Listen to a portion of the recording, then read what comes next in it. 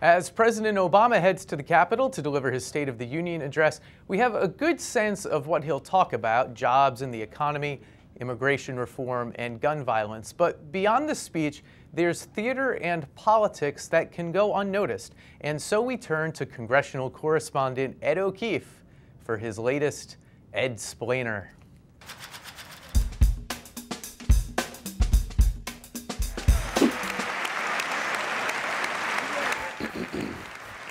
My fellow Americans, it's time again for the State of the Union address.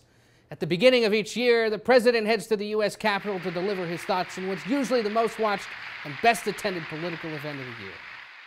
Early on, presidents used to just send a written report to Congress, but Woodrow Wilson began the tradition of showing up and delivering his thoughts in person.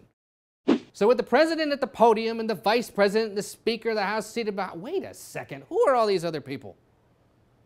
Well, let's take a look at the seating chart. First off, every member of the House and Senate squeezes together in the benches around the House chamber. Usually, House lawmakers fill the middle, and senators are on the outer edges.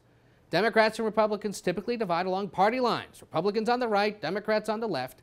But in recent years, some lawmakers have buddied up with a member of the other party, and we expect to see some of that again this year. But there are no assigned seats, so at least a few members of Congress spend the entire day of the speech saving themselves a seat along the center aisle of the House chamber. Mr. Speaker, the President of the United States. They want to make sure they get seen on TV, shaking hands with the President as he enters, or maybe just giving him a piece of their mind.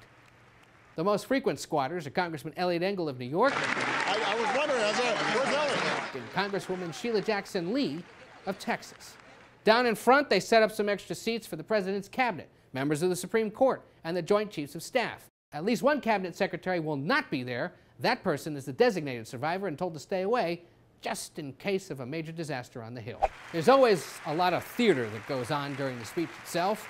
Reporters and pundits will be counting each round of applause and paying close attention to parts of the address that elicit bipartisan approval. Now, where does the First Lady fit into all of this? Well, up in the balcony, she usually sits with invited guests. They're nicknamed Skutniks, after Lenny Skutnik, who in January 1982 jumped into the icy Potomac River to help rescue victims of the Air Florida crash. Just a few days later, President Reagan was inspired and invited Skutnik to sit with Nancy Reagan, and ever since, presidents have invited everyday heroes, members of the military, sports stars, and foreign leaders to sit with the First Lady during the speech. With millions of people watching from their living rooms, it's not just the politicians and guests in the Capitol that matter, but at least now you know who they are. Live coverage of the President's remarks will be available right here at WashingtonPost.com, 8:45 p.m. for a pre-show, and then about 10 to 15 minutes of analysis at the conclusion, as well as the Republican and Tea Party responses. It's all right here at WashingtonPost.com. For now, that's all from us. We will fold things up. Hope to see you back here tomorrow.